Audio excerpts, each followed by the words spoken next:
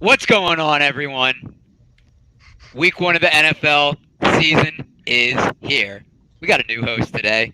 D. Mendy's in Aruba, telling everyone he's on his honeymoon.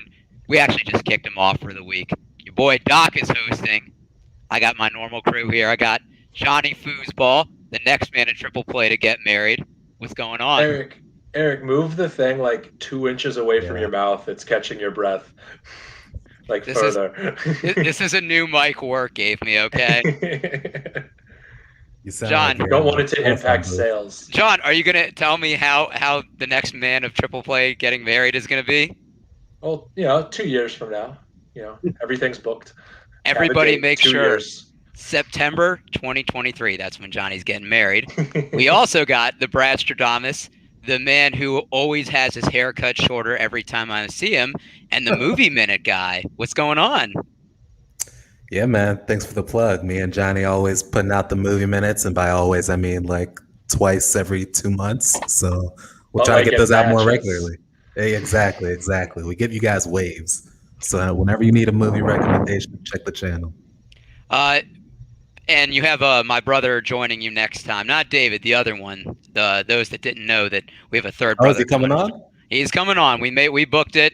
You guys are going to talk, and we'll make something work. But in the bottom corner down here, we have a handsome fella joining us. And we welcome in a man who lives by 3 letters, DFS. He's a writer for 4for4 Football, Tuesday morning shows for Awesome, dabbles with some FTN, and an analyst for Rum Boys. This Panthers fan was also a former frat star for ZBT. One of the few guys in the industry that's younger than me. We welcome in Jordan Vanek. Jordan, what's going on? It's going good, man. I had my first show this morning, actually diving into some of the slate with Dave Laugeran and Ben Raza. That show is a pretty good one. Check it out. Follow both of them if you're not. And DFS is upon us, and I'm stoked. I mean, this is the first year on this side of things, and with the 4for4 GPP article that I'll have, I'm excited to hopefully win some people some money. Yeah, and you and I had talked back at the expo. We're not going to put it out there, but you've done very well in DFS. You want to tell our audience kind of how you got started, what really caught your attention and made this kind of your specialty and niche? So originally, I was 18 years old and freshman year of college. About 5 years ago is when I first came about. I played a 2-game slate. It was my Carolina Panthers, which I have behind me, playing the Bucks with Derek Anderson starting, Cameron Artis-Payne being the goal line back. And I had a $2 lineup out of 127,000 people coming second. Wow. For 4K off of just a 2-game slate because I played Cameron Artis-Payne and Jaquiz Rogers. Those are some TBTs right there. Those were my RB1s and that lineup, and that kind of got me hooked. And originally, I mean, I was mainly a 2-game slate player for my first, I would say, year. Then I expanded or Showdown came about, and I expanded that way. And then the last bit was this past year I got into the main slate more and figuring out how to understand leverage and a few other things, and this has become more of a niche for me, and I've been able to continue to rise for it and learn. Yeah, and it's interesting because DFS is something that's probably in the last 5 years really become prevalent, and there's a market for it. And we're going to talk some DFS today, but guys, it's week 1. NFL is here. First games in 2 days, the first Sundays in 5 days. I mean, I'm trying not to get a little too excited here. We're going to talk some QB, running back, wide receiver studs and duds, the rookie you're looking forward to seeing most, an upset pick, and a bold prediction. And we're going to get you started with some news and notes right after our intro.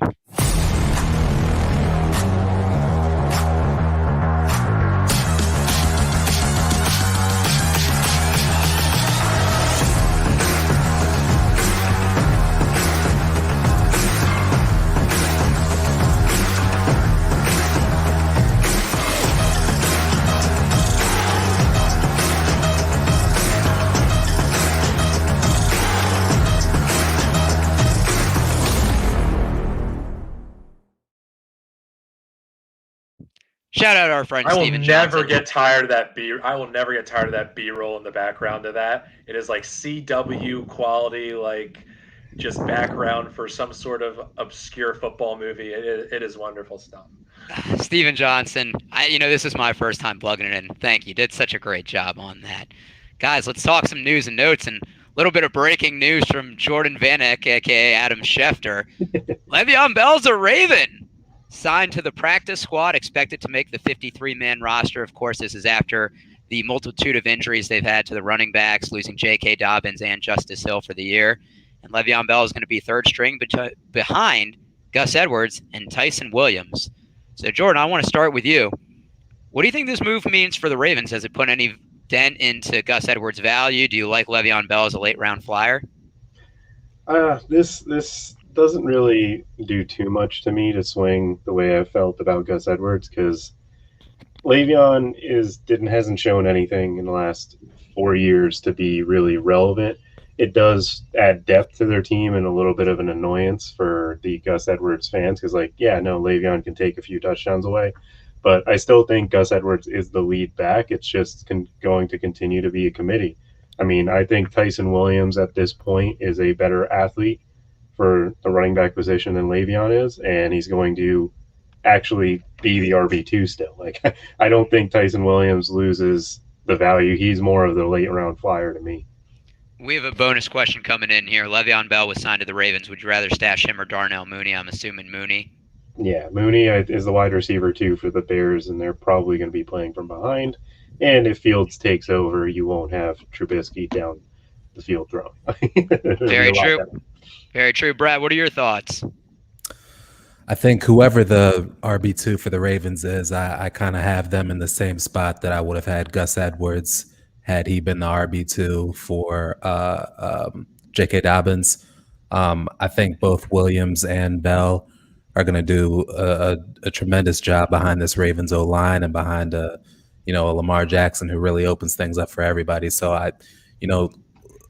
Le'Veon Bell might have lost a step, but he's in the best situation that he's ever going to be in, being on this Ravens offense, and he's just going to get tons of touches. Whoever that RB2 is, they were always going to split carries. I was kind of low on Dobbins from the jump because I was high on Edwards, and now that it's his show, I think he's not going to be a workhorse back. I think he'll get like a 60-40 or 70-30 touch a share. But in terms of the RB2, I think they're definitely a viable fantasy asset, especially if somebody goes down or just for goal line carries or something like that. But they're definitely going to get looks. All right, John, we're kind of split 1-1. How you feeling about Lev Bell? I'm not feeling any type of way about Lev Bell. He's on the practice squad right now. Maybe he makes to the game day roster, but I'm not really excited for him. He's third, and already he's third, but he's fourth because Lamar's going to run it too. So there's not going to be a ton of carries there. I really wouldn't be too excited to pick him up. Our good friend Kevin beat me by 4 minutes, though I was going to do it just to mess with him. But I actually think he has some late round value. I mean, obviously, we've seen the way that injuries have been, and the Ravens are a run-first offense. And I think Tyson Williams being a rookie, if he doesn't prove that he can handle being the second string running back right away, Le'Veon Bell is a proven leader. I think also playing in the same division with the Steelers. Is he a proven leader? Because he left the Steelers, he got run out of town. Hey, he burned some bridges in Kansas City. Hey, you know what? He got the money.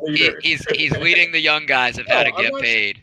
I'm not saying he's personally wrong about how to make sure you make the most money you can in your short time in the league, but I certainly think calling him a leader would be a stretch. Okay, a leader in the running back room. Eric, we got to try no Mike, just see how it goes. All right.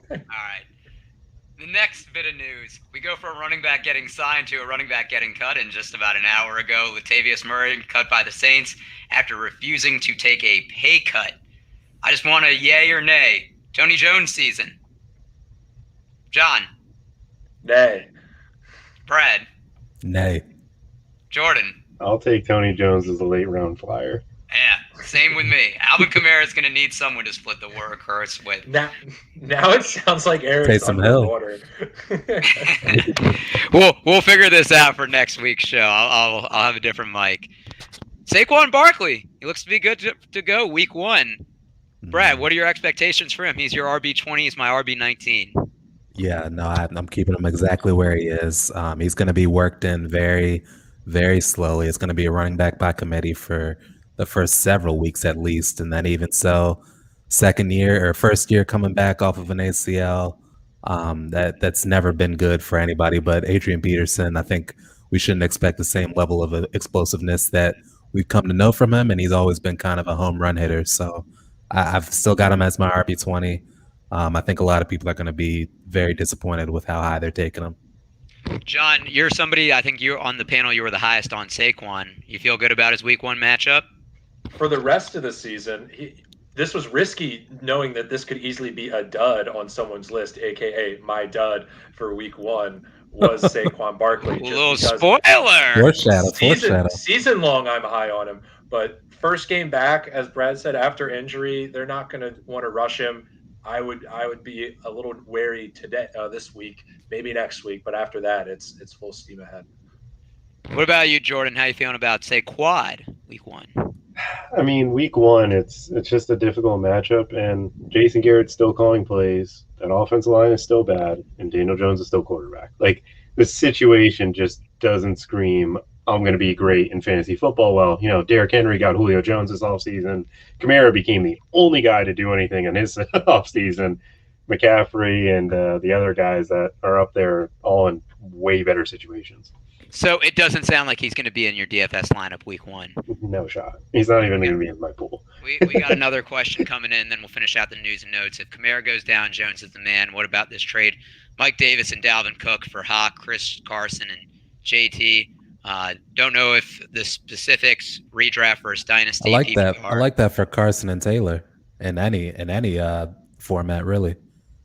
I like that as well. I'm thinking dynasty redraft. I would take that all day long. Yeah. Well, Eric hates Dalvin Cook, but that's true. That's true. Because he got injured once or twice, and that's enough. He's Jonathan Taylor, not injury prone at all. Right, exactly. Just finishing out the little bit of news and notes. Tyrod Taylor starting week 1. Hopefully, he doesn't have a puncture to the lung before his week 2 start. Dwayne Brown in the stringer there. What'd you say? Davis Mills. Like, who's the third stringer? I thought Davis Mills was second string. I'll tell you right now. Technically, yeah. It doesn't matter. They're going to probably have the worst record in the NFL. Dwayne Brown and the Seahawks reached an agreement for this year, $12 million with an injury protection for 2022. So Russell Wilson is getting his favorite O-line back. Zach Martin out week 1 with COVID. I think the bigger implication is what it's going to mean for Zeke. I think we're all expecting him to maybe have a dud week 1, a little bit of foreshadowing as well. And the 49ers signed Josh Norman to a 1-year deal. Let's see if maybe he can go back to the way he was on the Panthers. I feel like he's a player you don't like for some reason. His vibe I tried to get him on the that show. Eric's not a fan. You know what? If Josh Norman does well for us, then I'll like him. I mean, Richard Sherman was on the 49ers, and I hate him the most. But we're not talking about hating here. It's actually the opposite. Because if you like what you hear, if you love what you hear, make sure you subscribe to Triple Play anywhere you get your podcasts. Spotify, Apple, we're on YouTube now, Twitter, Instagram, wherever. Make sure you follow us on the socials at Trip Play Fantasy. Myself and Brad tweeted something about a perfume commercial, put out a lot of content, probably over flooding your timelines, but we don't care. Content is king in this industry. You know the feeling when Scott Hansen, week 1 of NFL, says 7 hours of commercial football free? Look, we can't provide that feeling. We want to provide something close to it, though, and that's the feeling we hope you get listening to our podcast. Make sure you click that subscribe, that follow button. I'll be hosting more for David in the future whenever he takes some time off, and we all know I'm a better host than David. We got the bills to pay, so if you're listening to the podcast version, we'll be right back, but if not, we're going to hop in to our week 1 preview. And we are back.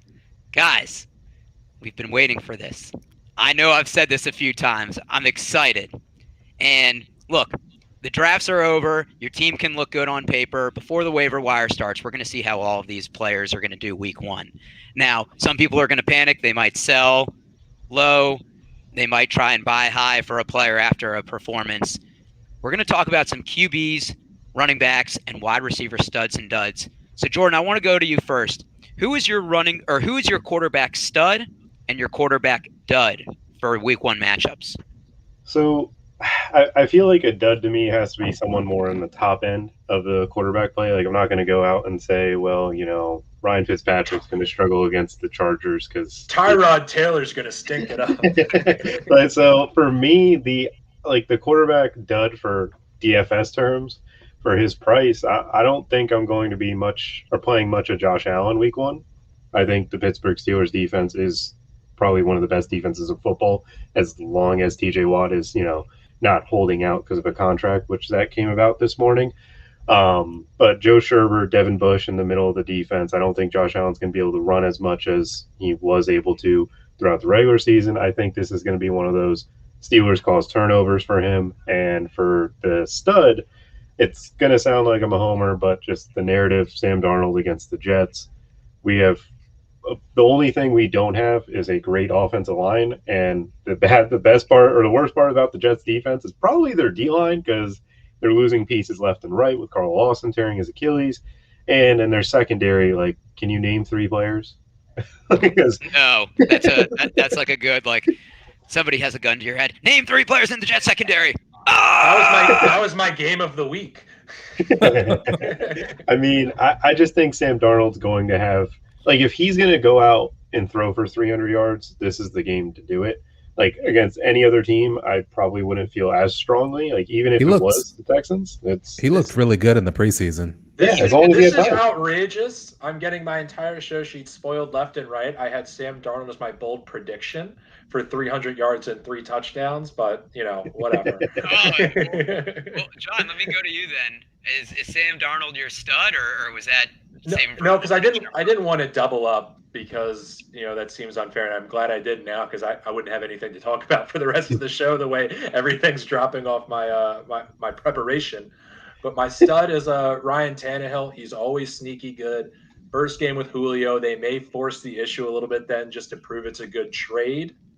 And also, the Cards just flat out weren't that great at defense, and then they lose Patrick Peterson. So it really seems like it's written in the stars here. There's not a lot of running backs besides Derrick Henry in Tennessee right now, so it could be a big Tannehill game. And who's your dud? My dud is none other than Justin Herbert. I wasn't high on him season long.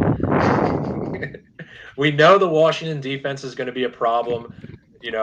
Like he said about the Steelers, they're going to be one of the best defenses in football. And I just don't see Herbert recreating his last year, and that starts this week on week 1. So, Brad, I'm just going to say real quickly, John, those were both my picks for, like, the same reasoning. Ryan Tannehill, the Cardinals don't have Patrick Peterson. They're very bad against the pass defense. The over-under is 52, which is the 3rd highest for the week 1 slates. And I think they do want to show off Julio week 1, kind of that shiny new toy. Justin Herbert, he's playing a great Washington defense with a great pass rush. I think they get Eckler a little bit more involved. It's the 3rd lowest over-under, and this is his first season opener. Remember, he came in game 2 last year, but he might have those jitters, and sometimes the sophomore slump is a real thing, and he certainly regressed a little bit at the end last year. Checking back in, it's Dalvin in redraft, and his injury scares me. MB, you and me both. You and me both, brother. Oh, but Jonathan Taylor and Carson, crystal clear on the injury front. Totally. Oh, man. They're still featured in that offense. Like, even if they get hurt, they can still hit their value. Brad, let me hear yours. I know you got some contrarian picks. I actually don't, man. For my QB stud, I got Tom Brady. I think having another year in this offense is going to do wonders for his mastery of the system. They're returning all their starters, and they go up against a weak Cowboys D. So I expect him to have, a low yardage output, high touchdown type game. As for the QB dud, I'm going Jimmy Garoppolo. I think he's got too much pressure on him. You've got Trey Lance breathing down his neck. They've already invested a lot in him, and you don't have much control over when you're given the hook. So he's essentially a dead man walking, auditioning for other teams, and his teammates know it too. So that's kind of a tough way to come to work every day. Brad, I can't imagine. Do you think he has a dud game because it's a run-heavy approach, or because he just doesn't have a good outing? I just think he's not going to have a good outing. Like it's just not it's not the environment for him to succeed. Just That knowing could be that a mixture of both. They'll run it, and then when they throw exactly it still won't work. exactly. One of the things being in fantasy Twitter, I can't wait to see all the overreactions. Like Josh Allen has a poor week 1, and somebody's like, "I knew I shouldn't have taken a 4th round pick on him," and then of course you can scoop him up after. It's a lot of recency bias there. Yeah. Well, we're gonna go to the running back position, and we're talking some studs and duds. And does anyone have Dalvin Cook? John, I mean, we'll start with you. No, I don't have Dalvin Cook. My stud is James Robinson. He's back to number 1. He did it. The long off season of hearing all this trash talk that, it's no longer his backfield. It's back to being his backfield. And, the Texans, I expect the Jaguars to run it a lot. One, because it's the Texans, so I expect them to go out to a lead and hold it. And also, it is Trevor Lawrence's first game, so I don't see them wanting to really sling it. They want to ease him into it, and that means leaning on the person they leaned on all last season, which was James Robinson. And you mentioned, or I don't know if you mentioned, they're playing the Texans, that's like a cakewalk. Yeah, I know. That was like a side note. Like they'll have the lead the entire game. So. And your dud is Saquon. A lot of game script. Yeah, my dud. We already talked about Saquon. I don't really want to dive too much back into it. No need to beat a dead horse on that. Brad, what about you? Who's your studs and duds? Stud, I'm going David Montgomery. I've been beating the David Montgomery RB6 drum for quite some time now. I really have been. He's actually gotten to me. I've been like overdrafting him because Brad's talking him up so much. You should, man. I'm telling you, he's a stud. He's just going to get insane amounts of volume regardless of who's behind center. You don't even need to be efficient when you're getting that kind of volume. I think in a PPR league, he's got a solid floor of like 10 points week in and week out. Like he's just going to be that kind of volume horse. As for the duds, I'm going Kenyon Drake. From everything I've read about Josh Jacobs' role on the Raiders, it's that they brought Drake in as like an injury insurance policy. He's not going to take away Jacobs' carries, but rather be used as a weapon in open space and passing downs. I just traded for Josh Jacobs in one of my dynasty leagues because I think his future is still solid as one of the very few workhorse running backs in the league. So I think Kenyon Drake's going to have a nice season, but it's going to be primarily as like a wide receiver in the slot. Guys, David checking in from his honeymoon. David, stop neglecting your wife. That's ridiculous. And get out of here. That is ridiculous. Get out of here, dude. We've already had enough people on Twitter tell you today to enjoy your honeymoon. Get off the internet. He's about to be divorced. I know. Shortest marriage ever. Jordan, what about you? Who's some guys you like and don't like this week at the running back position?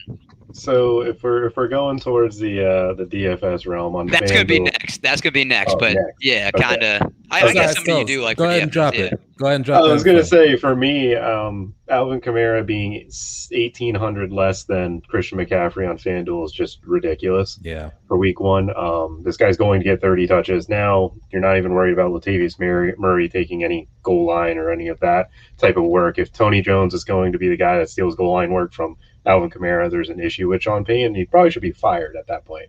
Going up against a Green Bay defense that he killed last year, and I know Jameis is the quarterback, and he doesn't really throw to running backs in his history, but he never had Sean Payton as his offensive coordinator who's going to funnel those targets.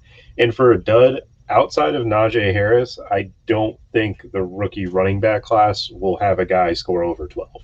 This whole like Trey Sermon against the Lions, Javonte against the Giants, Michael Carter, I don't see any of them actually having that role early on. I think Melvin Gordon is going to hold it down until week 5, 6. Who do you think's the Jets starting running back? I think it's Ty Johnson or Tevin Coleman. I think Coleman might get it early, but Ty Johnson fits that scheme. He's one of my cheaper plays that I like because he's the cutback, the Shanahan style. He fits the mold to be the guy that's like that Raheem Mostert, where it's like, why is this guy getting carries over other people? It's like, well, because he's fast and he just fits the system well. Ty Johnson, MD reppin'. Wait up. There we go. There we go. It's tough to do reversed. So for me, John, you're going to like this, and it kind of goes with Brad. My stud is Josh Jacobs. The over-under on that game is 51, which is the 4th highest. And I look at his season openers, and in his rookie year in 2019, he had 24.3 PPR scoring week 1, and last year 35.9 week 1. So Josh Jacobs just seems to come out of the fantasy season rolling. And my dud, Saquon, I think he's going to get eased into contact. Broncos have a good run D.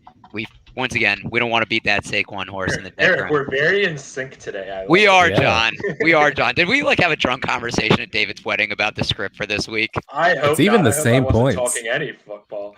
Yeah, I don't know. At David's wedding, the later part of the night was a little bit of a blur, but we're gonna go to the wide receiver studs and duds, and I think this is probably interesting because, look, we have a lot of tier 1 wide receivers, and some of them have tough matchups. Some of them don't have ideal QB play that you'd want to have week 1. We don't really know what to expect because a lot of it depends on the quarterback getting them the ball. So, Brad, let me hear your wide receiver stud and dud for this opening week.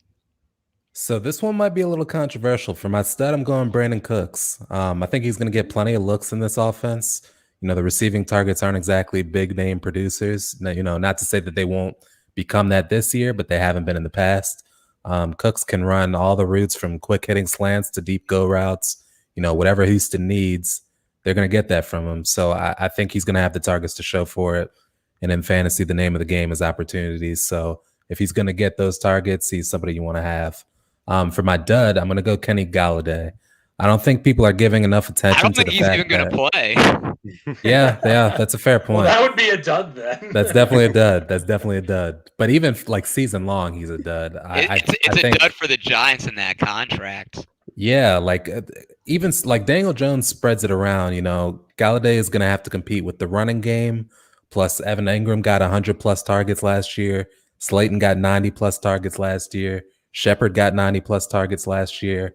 And then they have newcomers in John Ross and Tony, the rookie. So there's just a lot of mouths to feed in that offense. And I don't think of Kenny Galladay as like a world beater where you feed, he takes targets from other people. He's just not that guy. So I think people are going to be drafting him a little too high for what he's going to produce. No, I agree. And you're right. I mean, if he doesn't play week 1, that's a dud.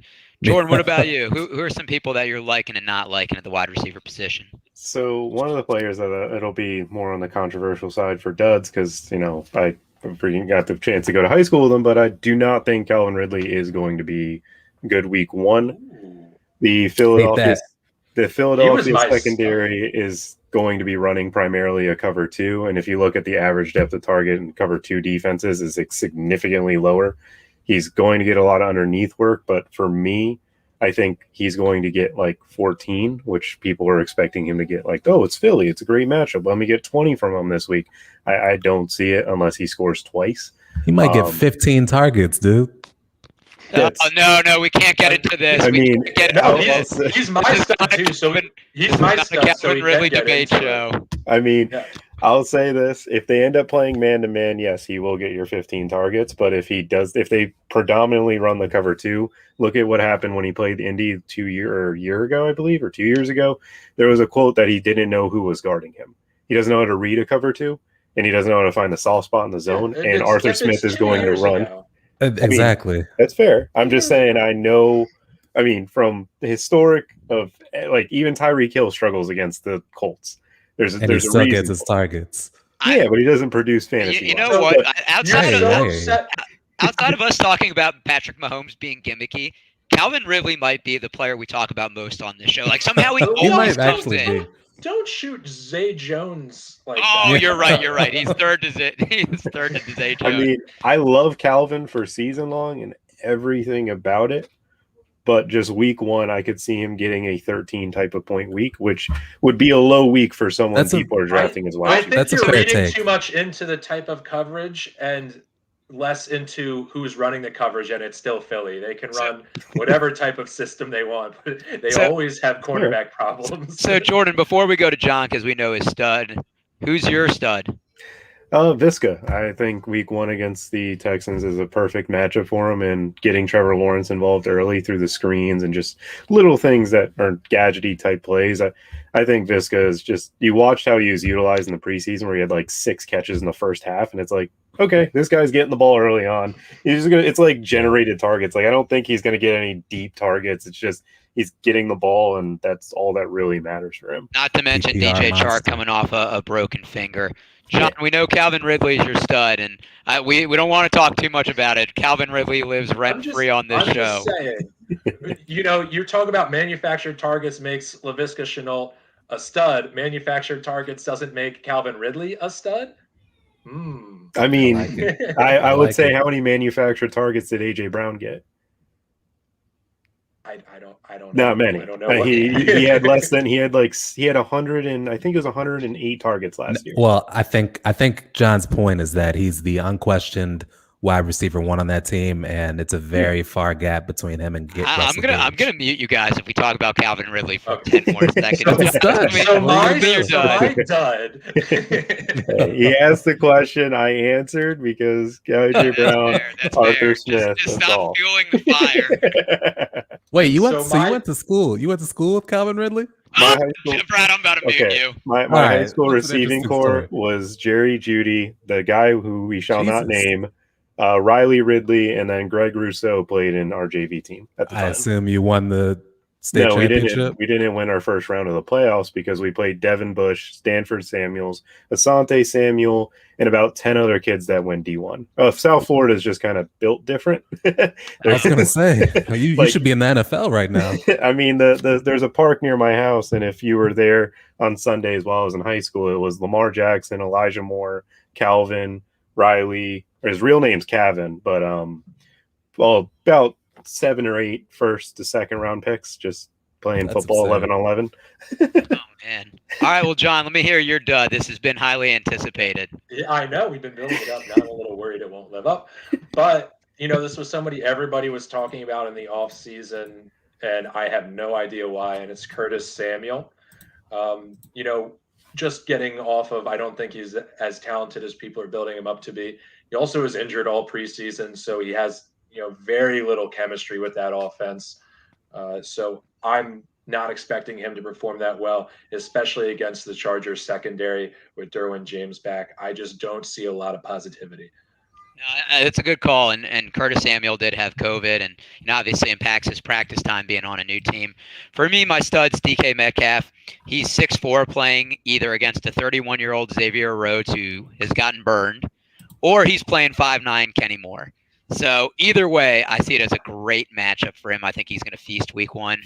And for me, my dud is Allen Robinson. He's facing Jalen Ramsey. Andy Dalton's at quarterback. I could see them having a really run-heavy approach with David Montgomery and Damian Williams week 1. Season long, I think Allen Robinson's a stud, borderline top 5 wide receiver. This is probably going to be his toughest matchup of the season, and hopefully whenever Justin Fields takes over, his stock goes up. We're going to talk a little bit DFS, though, and John, I know you're not going to be in this segment, but Jordan and Brad are DFS guys. I have 2 names. Okay, we'll go Zay Jones. Zay Jones. Henry Ruggs are cheap. Zay Jones and Henry Ruggs. I can't wait for him to have like 4 touchdowns. And I know. Call back and Jordan's going to start listening to John. But Brad, I'm going to start with you. Give me some DFS plays you like, whether they're cheap options that are kind of flying under the radar or a stud that you're willing to pay a lot for. So I did one, and I did one on the value side. For me, it's look out for Mac Jones. He's got an incredibly safe value spot at 4,400 on DraftKings. That's almost minimum pricing, and he's a starting QB1. He's got a new set of weapons, and he's going to be able to move the ball well if preseason is any indication. And at $4,400, like if he has even like 2 touchdowns, he's going to exceed his value most likely. So, with that extra salary, you can get some big names at running back or wide receiver. So I think that's a nice value spot to go at. Okay, Jordan, what about you? You and I are obviously going to talk about this later this week off camera or off air, but who are some guys you like? You'd mentioned Kamara. So I'll go with someone that's right now projected rostership is pretty low. These are based off of Awesomo's ownership, which is pretty accurate, but it's still really early in the week. But Tyreek Hill is getting sub 5% ownership right now. And it's the Browns secondary, and everybody likes the Browns right now, but it kind of just feels like it's Patrick Mahomes, best offensive line he's ever played with. Giving that guy time to throw the football, Tyreek Hill is one of the main pieces that I'm looking at, and I'm like, how is he getting 19% less ownership compared to Stephon Diggs? I don't see it. He's 600 more, but huge difference in ownership. That Browns Chiefs game is going to be probably the highest over under on the entire slate. So It is I'm sure that'll come it, up.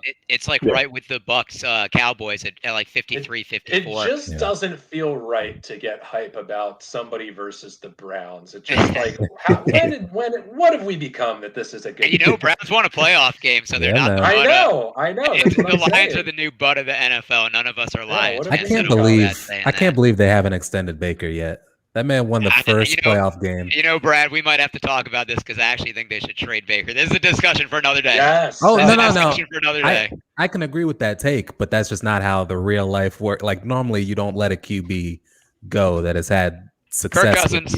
Kirk Cousins. Yeah, that's a different situation, though.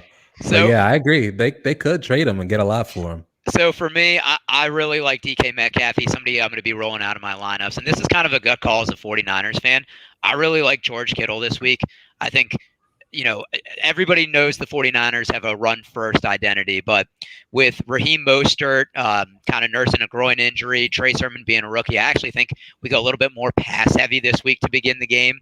And Brandon Ayuk has a hamstring injury. We just paid George Kittle this offseason, signed him to a pretty lucrative extension. The most touchdowns he's had in a season is 4. I think he gets on the board early and scores at least 1 this week. So it's just kind of a gut call as a 49ers fan. I kind of know how they play and they scheme. We got a few more segments before our question and game of the week. These are just going to be quick. John, I want to start with you. Who's the rookie you're looking forward to watching most? It seems silly, but it's Trevor Lawrence because you only get a generational quarterback talent once every 2 seasons these days. So I'm really excited to see, what the next best is. Okay, Brad? It's Jared Patterson for me. He's a guy that I've said should be on people's radars. He should be on people's radars before the preseason started, and he turned a lot of heads. And he's probably the RB2 in Washington now as they cut Peyton Barber to make room for him. I think they like what he can do more than J.D. McKissick. And this is a team that, they're not built for a shootout. They're built to get the lead and run out the clock. So I think he's going to get a lot of touches. They're not built for a shootout with a gunslinger. Gotcha. Yeah. All right, Jordan, what about you? Is that what Ryan Fitzpatrick is? I mean, I never thought we'd be excited for Ryan Fitzpatrick in 2021, exactly. But it's okay. Besides the fact, I'm actually really excited to see Jalen Waddle. Before the combine and pro day numbers, he was my wide receiver 1 in this class.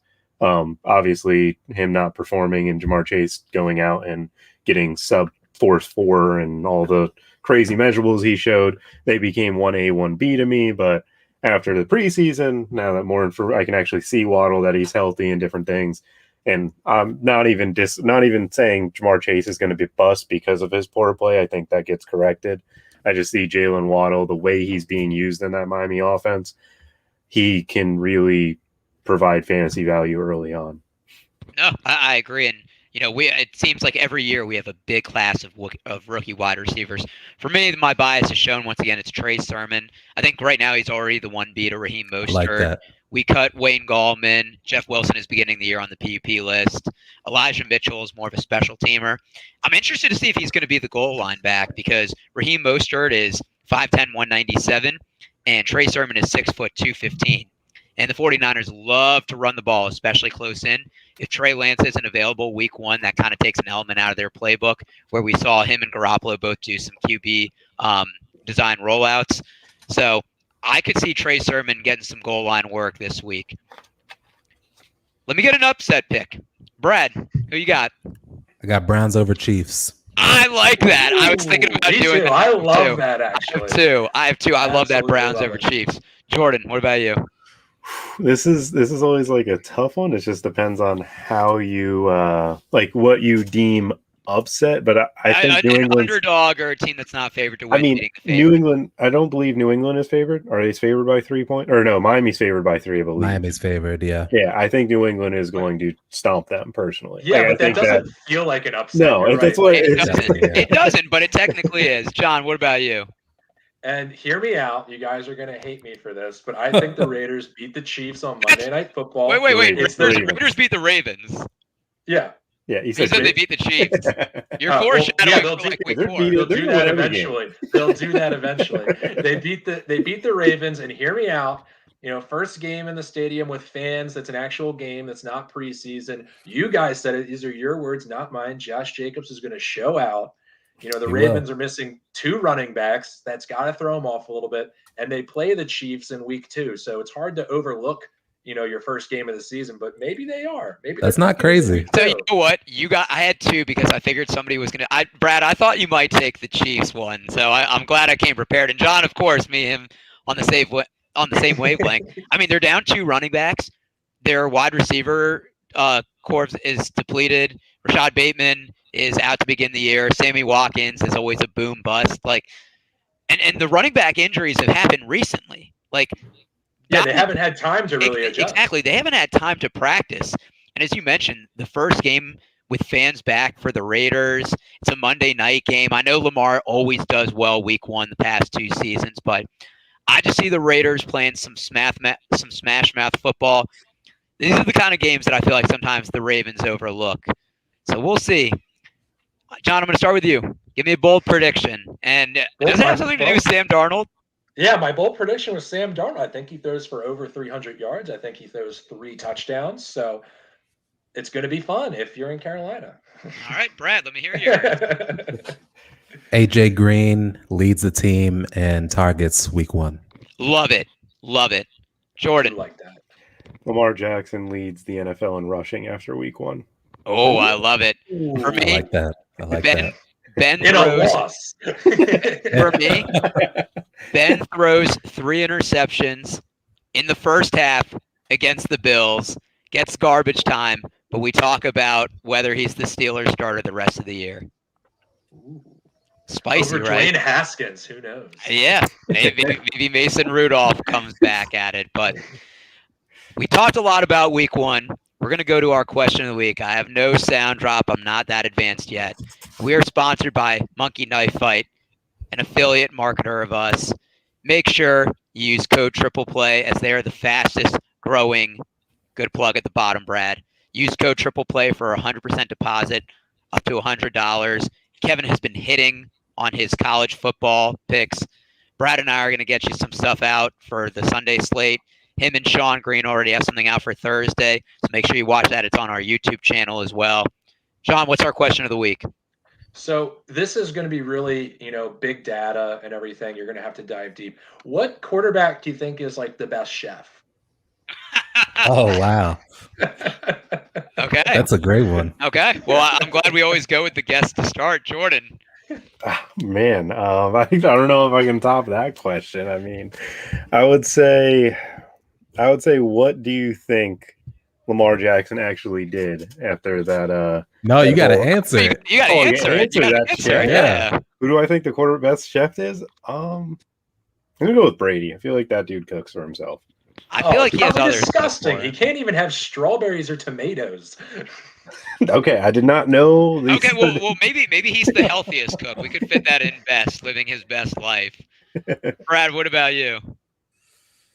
I'm gonna go Ben Roethlisberger. He's a bit of a hefty boy, so I'm thinking he might. That's because he's eating Hardee's and stuff. Come on. Exactly. I'm thinking he might chef up some terribly unhealthy stadium and bar food, and you'll have a good night. Okay. John, I mean, you came up with this question. I feel like there's somebody that... I'm actually surprised. I have 2 answers. They're great answers.